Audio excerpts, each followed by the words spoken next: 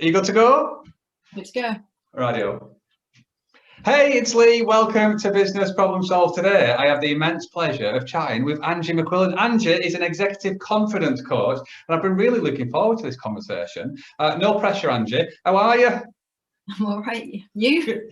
Yeah, I'm really good, thank you. So one of the reasons, in fact, actually, one of the reasons why I've been really looking forward to this, because I didn't know how you do this, because I've been following you on social media for quite some time, and what I really like about your content is that you handwrite it and you draw it, and then people get to see it.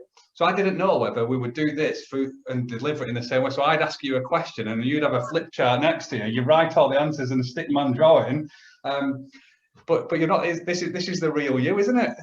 The actual real me. I actually do speak. Amazingly. Yes. Yeah, no, this is amazing. This is amazing. So, for those people who don't know who Angie is, who is Angie and how has she got to sit in that seat today? Wow, such a broad question.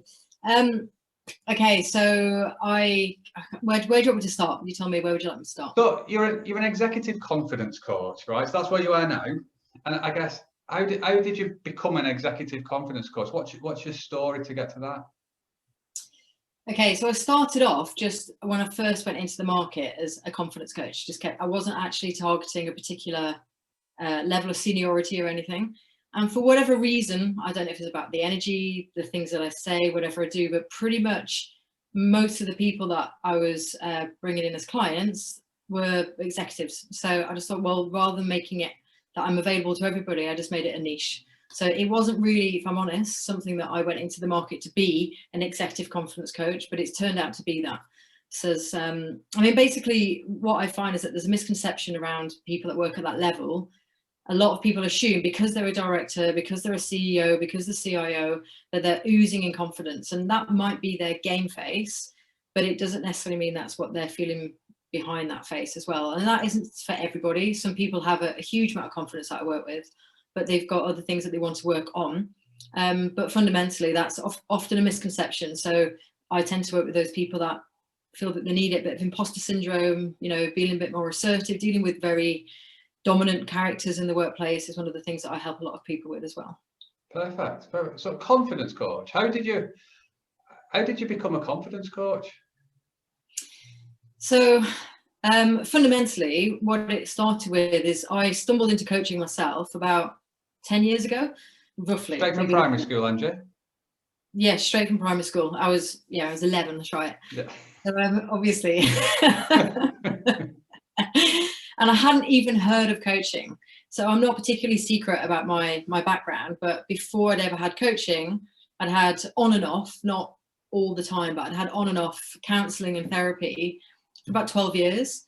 And although I had this plethora of understanding about psychology, human behavior, and why people do what they do, I still found that I was reacting horribly to different situations. I was still although I thought that I was quite confident because I was captain of football teams or captain of sports teams, and I was an extrovert and I was on stage with my guitar, I was not very secure in myself, even though a lot of it was, I would learn to be confident about the things that I did, but I wasn't actually confident about myself. So when I stumbled into who I still work with now, my coach, I hadn't ever even heard of coaching. I was like, what do you mean coaching? It's like, what, badminton coach, football coach? What do you mean coaching? So anyway, long story short, he basically proved to me from a call with him, should we say, like a clarity call, that he was definitely going to be worth the investment. So I enrolled with him and I've never looked back. I spent about 4 or 5 months working with him, and I had more benefit from those 4 or 5 months working with him than I'd ever had in the 12 years of coaching. Now, I'm not dissing 12 years that I'd had with therapy. Now, I'm not dissing therapy and counseling. It definitely has its place for the right people that need it. So please don't get the wrong message. But for the things that I wanted to work on, I was finding coaching much more beneficial for me. But then as I kind of came out of that, it's been an ongoing journey to where I am now, but I realized that the stuff I was battling with were quite common. Like, loads of people were struggling with the same things. And once you start seeing it, you see it everywhere. Like the old patterns of behavior that I had, I started seeing in other people. I was like, well, they're struggling with the same thing I was. So it just became apparent to me that I'd like to do the same thing and help other people in the same way my coach had helped me. So I trained actually with him. So not only is he a coach, he also trains coaches. So his name's Dan Monroe. Feel free to check him out. He's awesome. But I then trained with him. He trained me to become a coach, and then I set my own business up, and that's what brings me to where I am now. Yeah, amazing, amazing. No, thank you for sharing that. And I guess, what's your definition of confidence? What is confidence to you? Loads of different ways you can say it, but fundamentally, I think if you're really confident, you wouldn't swap seats for anybody else in the world. It's as simple as that. Like, yes, there might be things that you want to change about yourself. There might be things that you want in your life, but you wouldn't change places with those people because you're happy with who you are. Oh, okay. So I love that actually for a few different reasons, because you can change. So in my head now, I've gone all sorts of different places with this. So, but fundamentally, you are who is that sat in that seat. So you've got to be comfortable in yourself first. But what you said during your introduction as well is that you were confident in certain things. So confident playing in the football team and that stuff. So you were confident then, but not necessarily confident in yourself. But so is that because you'd moved seat and you were maybe the seat was the football team seat as opposed to the Angie seat? Have I taken this kind of analogy a little bit too far now, do you think? I don't know. Have you? Yeah. I think what a lot of people get confident around is doing stuff like achievement-based things. So they might be able to play a good sport, or they might be able to play an instrument, or they might be able to sing in a particular way. They might be good at doing something. So people develop confidence in doing those things. But when it comes to dealing with difficult conversations, stepping into awkward situations, being assertive, dealing with rejection, dealing with conflict, dealing with interpretations of people's words and how you interpret those and what conclusions you draw from those, that's the part that really comes from your self-esteem and your deeper confidence. So you can have confidence in that. You could be not a very confident person, but you could play football for England, for example, or you could play a sport for England, and you could be very confident in doing that thing, but they come off that sport track or whatever, the field or pitch, whatever, and then they have a conversation with somebody that they maybe receive an insult, or they get something that maybe isn't a compliment, and immediately their brain starts going into overload of thoughts and overthinking and feel bad and they stew in it, they lose sleep on it and all those things. That isn't coming from a confident place. So it's people often think other people, because we judge each other on what we see, not from how people feel. So when we see other people on stage playing the guitar, yes, I was a confident singer, yes, I'm a confident guitar player, but if somebody had turned around to me in those years and said, you're not very good at that, I would have crumbled. I'd have been in pieces. Whereas somebody says that to me now, I really couldn't give a shit. Like, that's their opinion and they're entitled to that. So how we interpret the world has completely changed. And one's external and one's internal. And I think that's the fundamental difference. Yeah, completely. So thank you. And how does somebody become more confident? Wow, it's another big question, that, isn't it? Well, fundamentally, I think it's about, I mean, I work with people for months when I work with them, or, I don't just do I don't do one-off sessions with people. Nobody's going to get the value for the prices of coaching from a session. Unless it's something very, very specific where they have to have a very difficult conversation with somebody the next day and they just really stuck on the words, like that might be the only occasion, but you're not really fundamentally changing their inner confidence. You're just giving them some quick tools, which doesn't really fix the deeper root thing. Yeah. I think when you become more confident in yourself, when you start recognizing that the behaviors in which you're choosing to do aren't helpful for your confidence, and most people don't have that awareness. These are like blind spots in what people do. So, or they'll make up a story in their head around why they shouldn't do something, believing it's the right thing to do for wrong reasons, but actually damaging themselves in the process. So my role when I'm working with a client is to identify with them what things they are doing that is damaging their confidence, and then fixing those. So it isn't just how do you become more confident? If that was such a simple answer, it would be like one page of a self-help book and everybody would be really confident.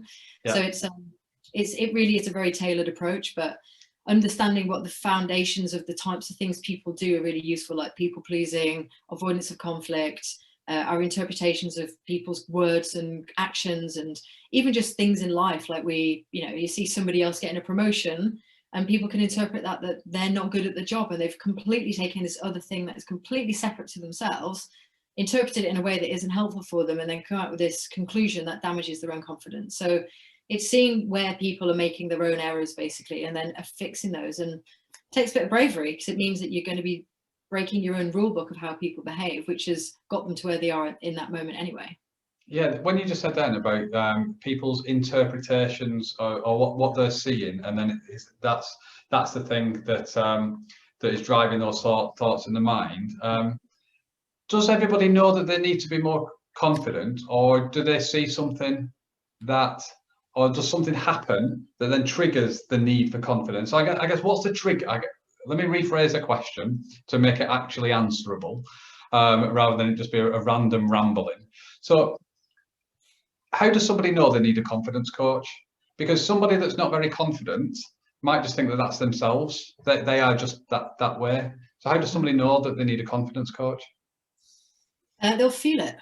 They'll feel it. They'll have these horrible reactions to things that they probably feel that they shouldn't be having a reaction to, or they'll read an article and they think that could have been written about me and it was written about confidence, or excuse me, they will just recognize that they're very reactive to things that they prefer not to be. And it's not just like what very few think, like nobody enjoys getting criticism, for example.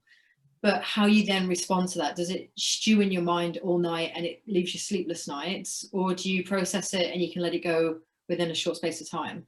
That's the difference of somebody confident or not confident. When you go through a breakup, or if you get dumped by a partner, and okay, if you've been in a long-term relationship, different thing, because you've got an emotional attachment there. But if you have a date with one person and they don't want to see you again, if that like leaves you in this place of feeling lower about yourself, rather than the reality is that that person just has different types than what you are, when people take those things personally, those little things, you can start recognizing those types of behaviors and reactions that would suggest that there's room for a development in their confidence. Yeah, and I think we said just before I hit record actually that 70% of attendees on some of my courses are females. Do you find that you work with more male or female in the executive coaching space? Is it easier? And I guess this is a two-part question. And the reason why I'm asking it in one part is then I don't have to remember both parts, and the onus is on you to remember both parts, Angie.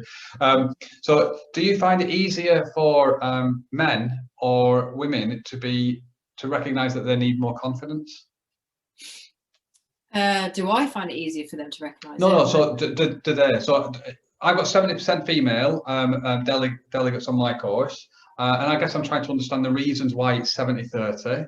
And so is it easier for a female to be more aware, self-aware? And is that what you find with yours or not?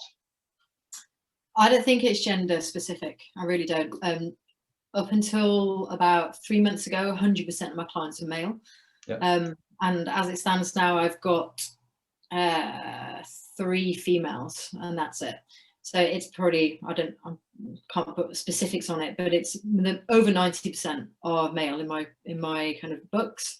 Yeah. And it's always been that way. Like I've always had a major majority of people in my world that are female, whereas I have another friend, a male coach, and he has majority female. It's like almost like 90% females. I know another female coach, and she has almost 100% female. Yeah. So, and I've got another male coach, and he has 100% male. So I don't really think it's about women gravitate more to men and men gravitate more to women. I just think it comes down to the energy that we project as coaches and how that aligns with the people watching. So maybe, I don't know, maybe in the style that I deliver my coaching, maybe I resonate more with the masculine energy. I don't know. I am quite direct. I'm never a dick, but I'm not one to wool it up. And I would rather say something that might rustle a few feathers if that person hearing it is then going to be taken over a line and into the space that's going to help them, rather than hold back because I'd be fearful of rustling any feathers. Because in that moment, then I would be basically people pleasing. I would be holding myself back and protecting my own needs because I'd be scared of their reaction. I'd rather say it, rustle a few feathers, even if it meant that I pissed them off, in order to help them get to that next level. Now, it's very, very rare that it ever happens, but because normally the people I work with just connect with my directness. In fact, that's generally what people say. I love how direct you are. That's why I want to work with you. But every now and again, we've got to have a very uncomfortable conversation where we're exposing people's vulnerabilities and etc. And it's probably only happened like less than I can count on one hand, but in every single one of the times that it's happened, they've come back after and said, that was bloody uncomfortable, but I'm so glad we went there, because it's been a breakthrough for me, and now I'm doing this thing that I've been scared to do for the last X amount of time. So maybe it's just because I'm just quite, not punchy, but just very, very direct in the way that I talk. Yeah, no, clear. So if there's somebody sat at home now, or wherever they're sat listening to this, and they would like to be more confident in whatever the situation is, completely get that it's not you can't fix it in one single coaching call. There's no silver bullet for confidence. But what's the smallest step that you think somebody could take to be more confident? Irrelevant of situation, is there anything that would be a small step? Yeah, I think it's a number of different things. People can work out what the values are. So I'm always banging on about values and the content that I release out on my social media platforms, but working out what people's values are, then understanding what it actually means to live by those values. A lot of people say, well, these are my values, and they've got these lovely buzzwords that sound great, but actually when you start challenging them, and then you start challenging those values against their behavior, there's often a massive disconnect. So when you can piece them together, and if they say honesty is one of their main values, but they're not being assertive, or they're not speaking out on an occasion when somebody's maybe disrespected them, that's still a form of dishonesty. It might not be barefaced lying, but by not saying anything, it's still a form of dishonesty. So recognizing what the values are, then living by them on a day-to-day basis, is fundamentally about where I think that the inner confidence starts coming from. Because once you're aware of your values, then you can be aware of your behaviors, and then you start realizing where your behaviors are not aligned to your values, and that's how you can almost use your values as a compass to direct you in what action or behavior or thing you need to do in order to get to the next stage. Because just to add on to that, a lot of people have the misconception that they can think their way out of a situation. So lots of people go, this is awful, I don't feel good, I'm panicking, I'm worried, I don't feel confident about this. I'm just going to sit and think about it, and then I'll build the confidence up by thinking about it, and then I'll be able to take the action. So that often people hold themselves back until they feel confident. It's actually the other way around. Like, confidence doesn't mean never feeling fear at all. Like, confidence doesn't mean never getting scared about anything, but it's being willing to do the thing that scares you, even if it's going to be uncomfortable or awkward, because it's the right thing to do for your confidence. No other reason, not to gain validation, not to gain like recognition from other people, but to do the thing because in that moment, that action is actually respecting yourself and respecting your values and respecting your self-worth. And when people start taking those actions, that's when they start feeling the difference. So it's taking the action and the confidence follows, but being sure around what that action actually is always related to what their values are. Yeah, I love that. What's the dream for Angie? What's the dream? Live on a really hot beach with really hot men, or man, should I say, not but in terms of which area of my life. Yeah, why I guess why do you do what you do, and where do you want it to go? So at the moment, I'm building a leadership group, which I'm really excited about. I do run like a non-leadership group, which any kind of person. So although I'm an executive coach, I do have a lot of people that enroll in my groups that aren't executives, because I get a lot of inquiry from all levels and don't discriminate against any level. So I want to be able to cater for all, basically. So my one-to-ones are nearly exclusively leadership. Then I'm now building a leadership group for people where it's a little bit cheaper and they work with other leadership people. So it's going to be a group of directors or C-suite people or like heads of. And then I've got my low level. So once that's up and running, that's going to be the dream, really. So I've got like multiple groups and a small handful of one-to-ones, which are kind of like my most expensive VIP bunch. That gives me a bit more time back in my day and more time to do things like podcasting and interviews with other people and some volunteering if I have the time. So that's my business goal. It's like a pyramid kind of structure. I've got a small handful of one-to-ones, then I've got my leadership group, then I've got my non-leadership group underneath it, and all of them are different lengths, different amount of content, what type of content, how intense they are, how often they can reach me privately versus in the group and stuff like this. All offer different parts of the programs, basically. Yeah, and you'd be able to do that from a hot beach, wouldn't you? With a dongle, yeah. Yeah, with a dongle and a hot beach. Which hot beach is your preference, just out of curiosity? I'm warming towards Portugal. I don't know why. I just love the country. I've been there a couple of times. I loved it every time. Love the people, love the food, love the beaches. Don't know. It's I can't answer why. I just really like Portugal. I like Spain as well, but at the moment Portugal's my running front country. But I'm not like on the cusp of selling up and leaving. It's just a bit of a long-term vision, I guess. No, amazing, amazing. And you mentioned the word food. Normally I finish with this question, but because you just mentioned the word food, then what are you having for your tea, Angie? Whatever's in my fridge. I'm really unorganized when it comes to stuff like that, so I just keep on eating until my fridge is empty, and then I go back to Tesco's again. Hey, very good. I'll probably rock up some white omelette or something. Hey, very good. No, it's a safe choice for a Monday, isn't it? Yeah, absolutely. Yeah, no, very good, very good. So if somebody, in fact, actually, let me just about your social media post now. So you stand out on social media for me as somebody that's doing something different. So the way that you deliver your content is unique to you, and it instantly recognizable as your content.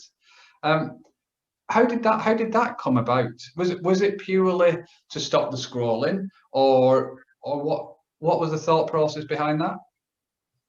Do you mean my doodle videos? I'm a scribbly. Yeah, do you know, like the ones with when you write down and then you've got your stick men and ladies and stuff like that. Those are instantly recognizable. No matter how fast I scroll on my LinkedIn screen, I can always spawn an Angie video. Cool, thanks. Where did it come about? I just had the idea one day. That was it. And I've got quite a creative mind into doing things differently. And it wasn't even necessarily just to stand out. I was like, I just want to do something a bit different. I was bored of just talking at my phone and making spoken videos. Yeah.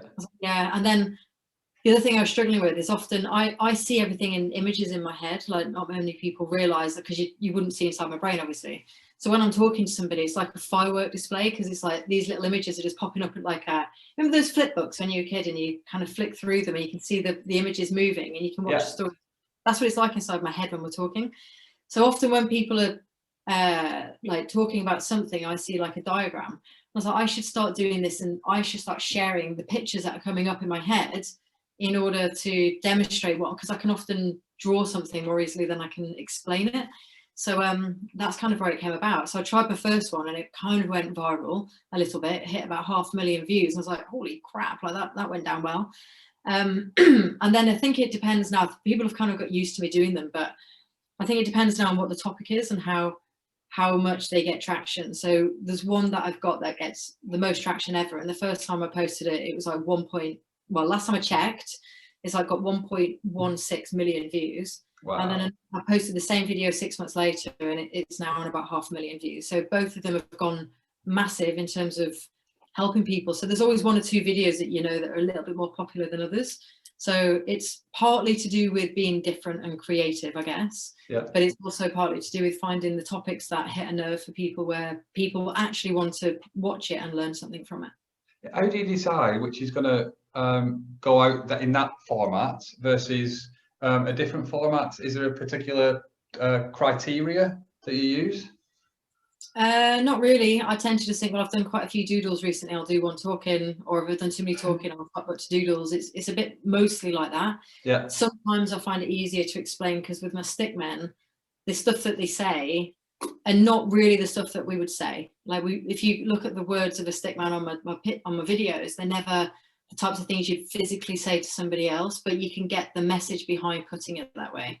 So I find it easier to explain that way than I would verbally. So there are some videos that I would gravitate to. This will be easier on a doodle board. This will be easier spoken. But I do find that there is no real method to it. It's just, oh my God, I've done a few doodles recently. I need to get back onto the talking ones. So mix and match it, a bit of variation, isn't it? Really, it keeps it a bit more entertaining for the watchers. Yeah, no, it does, and I love it as well, because I think you have some really powerful messages delivered in a unique to you style. As well, so I think it's amazing what you do. What do you see as the secret of your success, Angie? In fact, actually, let's just rewind a little bit, because do you see yourself as successful before I ask you what's the secret? Whether do you see yourself as successful? Yeah, I do. Like I'm always ambitious to grow. Like I'm scaling my business at the moment, but I do consider myself successful. Like I don't mean that in a braggy way, but I'm definitely further into my in terms of growth and where I expected to be after this period of time. So, and my business grew very, very quickly. So some of it might have been luck, some of it might have been down to the content that I'm sharing. I don't know. But the truth is that I do think I've done okay for the amount of time I've been going.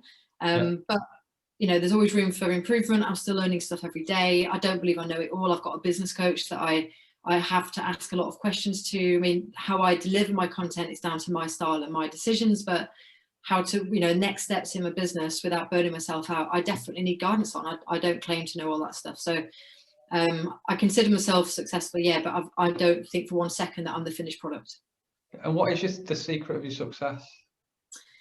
I don't 100% know. I think fundamentally one of the biggest tips I was given from my personal development coach, which is spot on, is whenever you're releasing content, serve people, let them gain something from it. And occasionally I'll put something in there like a small call to action at the end saying, if you want to give me a ring or want to reach out, that's fine. Or if you want to be interested in my next group, then it's about to launch, like I'll let people know what I'm running with. But most of the stuff I put out, you know, if I've got thousands of people watching a video, only a tiny proportion of those people will actually reach out in terms of potential coaching. So just make it up. Say I've got 10,000 people watching it and I enroll 1 or 2 clients from it. That's still a lot of people that have watched it and hopefully gained some knowledge from it. And I get literally hundreds of emails a month of people just going, that video was timely because it's enabled me to pick up my piano again and start playing the piano again, or it's enabled me to have a conversation with my wife that's been long due, or it's enabled me to reconnect with my long lost daughter, or today I realized I was burnt out, so I'm gonna, you know, close the laptop and go for a swim and look after me for a bit. So whichever way you cut it, I'm not saying they're really coaching videos as such, but people get something from those little videos, which gives me a sense of feel good as well, because it means I'm helping people.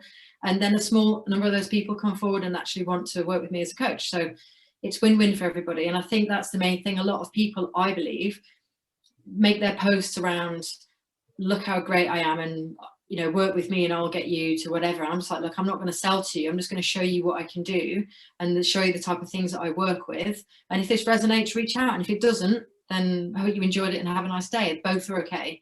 But I try to make everything that I create mostly on giving something, so the viewer has something to gain from it. They can walk away, even if they just walk away with this tiny little piece of information that they weren't aware of before, that's a win. Yeah, love that, love that. When we started the conversation, we said that as when you left primary school, you started this journey. What did you want to be when you grew up? Police officer. Oh, did you? Well, first of all, I wanted to be a stunt actress. Yeah. And then I wanted to be a police officer. Yeah. Oh wow. And I'm a bit of an adrenaline junkie. So when I was a kid, I used to, like, when I was about 7, I used to throw myself down the stairs thinking I was training to be a stunt actress. And then one day I really badly bruised my knees and was like, okay, maybe I'm not cut out for this. And then I thought police officers were really cool, but then I was not taken into the lifestyle of it because I also had a lot of other sports that I played at the weekends, and I realized that the shift patterns weren't really going to work for me either. Yeah. And then I stumbled into corporate, ended up in HR for 15 years, which I enjoyed actually, because it's working with people and I'm fairly decent at communicating with people in difficult situations. But then I just had this burning desire to do the coaching, and it took me about 3 years to pluck up the balls to just walk out of the job and set it up. But I've not looked back since I've done it. It's been a massive development journey for me, because it was terrifying, as most people would know when they set their own business up. When you give up a fairly lucrative salary that had responsibility, had status, had a decent title, had all those things, to set something up of your own that may or may not work, it is terrifying. But you've just got to persevere with it, because it's definitely worth it in the end. Yeah, completely. And when you're talking as well, you can tell how passionate you are about what it is that you do as well. That definitely comes across. What would your 11-year-old self think of what you did now, do you think? Oh, I don't think my 11-year-old me would believe it. Like that 11-year-old me was a complete, I mean, obviously everybody's different at 11. I'm not trying to say that I wouldn't have matured in any other way, but I was, I mean, you don't really know a lot about yourself at 11. I think my 11-year-old me wouldn't have believed it. I think what would be more shocking if you'd have spoken to the 25, 26-year-old me, 28-year-old me, even up to probably the age of 30. If I look back to when I was 30, I was just at the point of turn to get into what I'm doing now. even then I probably wouldn't have believed it. Like I had so many limiting beliefs on myself in terms of money, how far I could go, what I was worth, you know, belief in myself, all those things. And although I was still doing a really good job in some areas, I didn't have an undercurrent, I had massive imposter syndrome, lacked that self-worth piece. And that was where the coaching pieced it together, really. So I think it's probably more of a shock if you'd say the 28-year-old me or the 29-year-old me, but the 11-year-old me would probably just want to play football and like just think, yeah, whatever, like just run off with a football at my feet and slide in the mud. Yeah. and I'll let you choose whether 11 or 28 when you answer this one. If you have a bit of advice to give your 11 or 28-year-old self, knowing what you know now, what would that advice be to either of those? Your choice.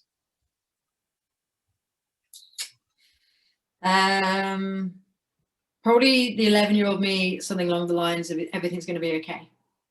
That's it. I'd keep it as simple as that, but it's going to be okay. With the 28-year-old me is watch this space. You haven't even started coming out of your shell yet. Yeah. Love it. Love it. Love it. No, amazing. Amazing. If people want to know more about you and work with you or learn more about you and your journey and how you help other people, where would they go? What would they do? What would they see? I've probably got my biggest presence on LinkedIn. That's my main kind of my main platform. So I'm on LinkedIn under Angie McQuillin. That's just my name. It's not difficult to find me. Same with Facebook. I'm on Instagram as well, but again, I'm just starting to utilize that a bit more. I've neglected it, if I'm really honest. I have a website, www.angiemcquillin.com, nice and original. And that's pretty much it, really. Like I just keep it simple under my name. So I haven't given myself a branded name just in case, well, just because not everybody's always going to know your branding, but most people learn your name. So I've just kept my name on everything. So you can find me on LinkedIn, Facebook, Instagram. I've recently started dabbling with Clubhouse.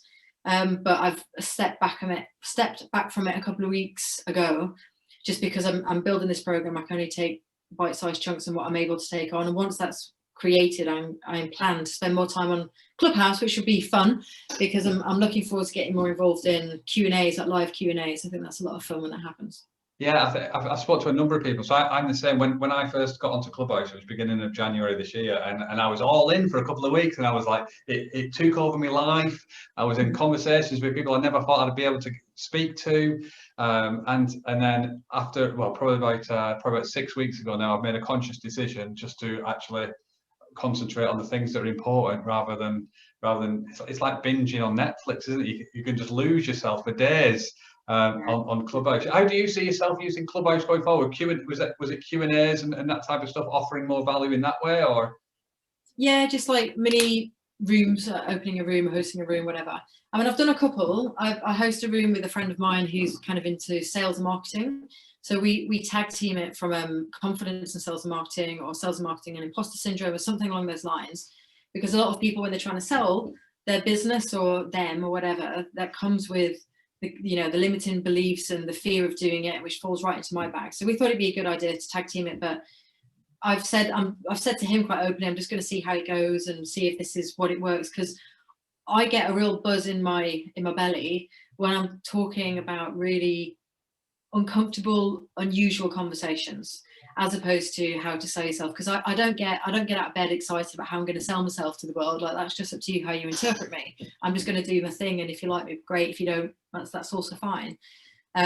So although it has an overlap with what I do, it's I'm just keeping my eye on it if it's what I really want to commit to long term, because it's very heavily leaning towards the sales and marketing side. Whereas I would love to host a room titled Awkward Conversations and talk about the types of things where we get bloody uncomfortable, the things that we struggle to say, and then obviously bring people up on stage and share a situation that they've been stuck in and not known, kind of the types of things that and coach them a little bit, but also help them with the types of things that they can say to help them in those circumstances. So that would be something that I get quite excited about the thought of it.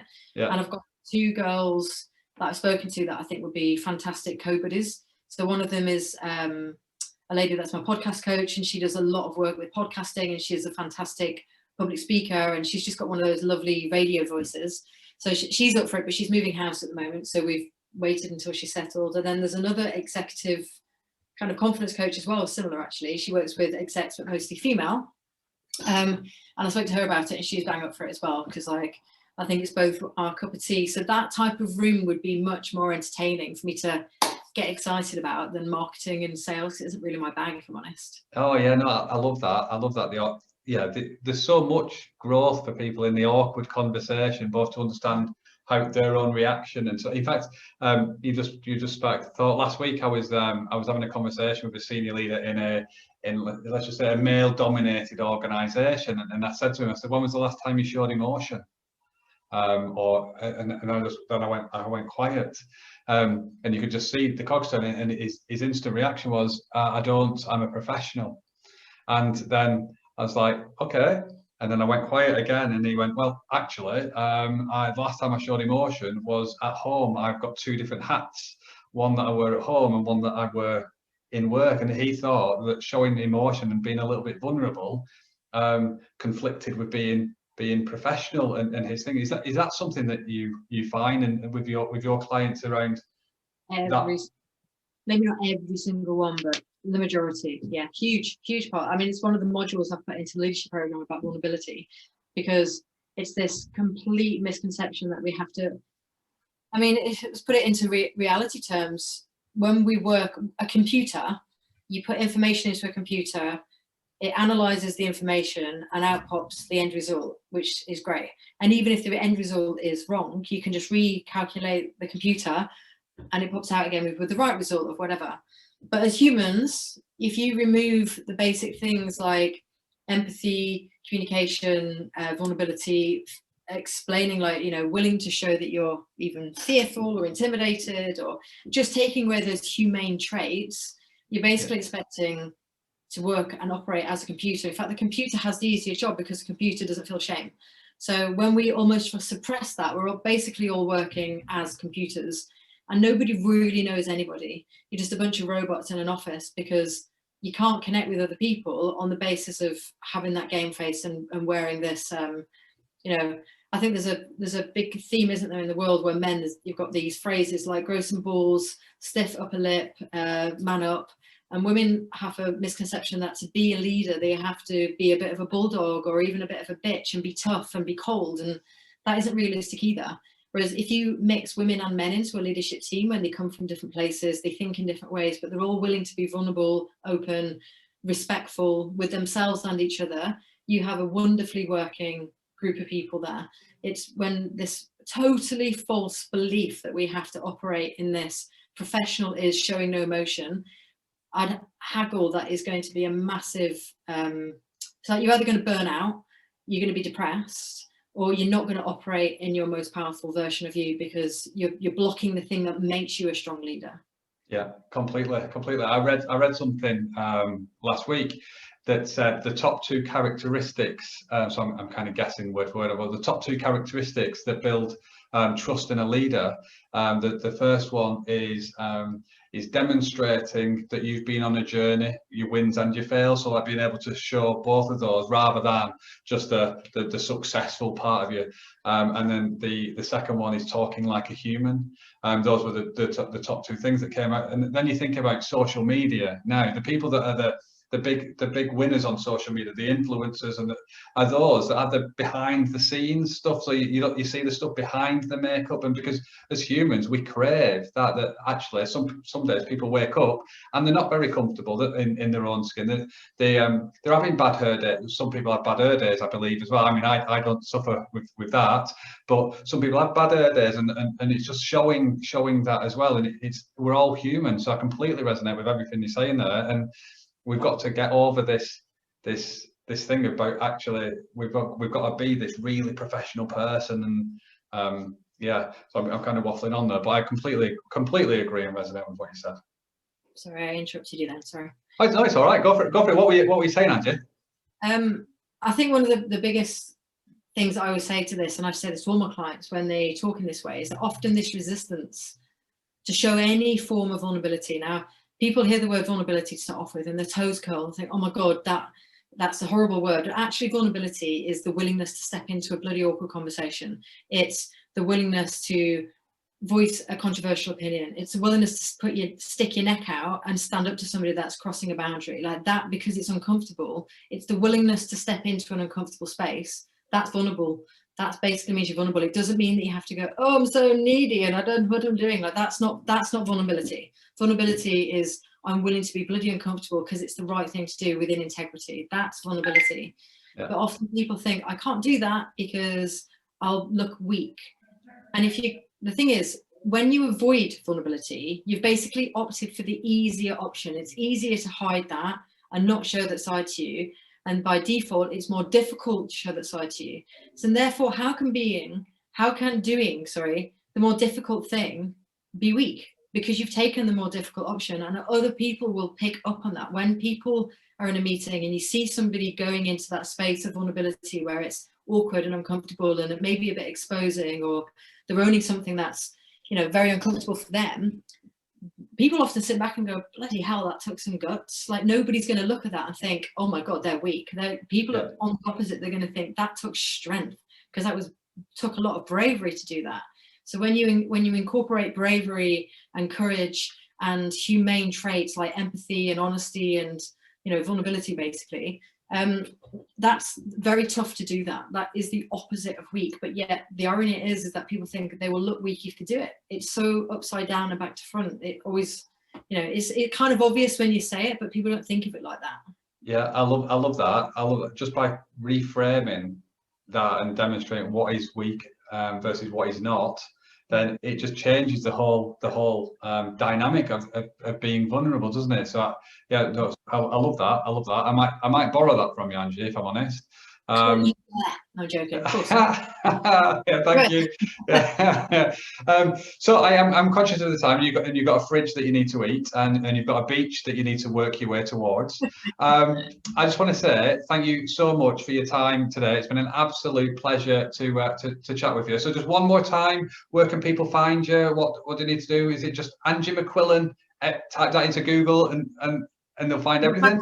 Filling into Google. It's actually really interesting to Google yourself. I was told to do it for my business coach recently. I was like, oh my God, what is all this? Yeah, stick my name into Google. You'll find me on LinkedIn, Facebook, Instagram, whatever. Just as an aside, my name is spelled I-double-L-I-N at the end, like McQuillin. And a lot of people put A-N or E-N and then they don't find me. So it's McQuillin at the end. Perfect. No, thank you so much. And thank you so much for your time today. It's been an absolute pleasure to chat with you. Good luck with everything that you've got going on, and hopefully I'll get the opportunity to chat with you again soon. Okay, no worries. Thanks for having me. Cheers, Angie.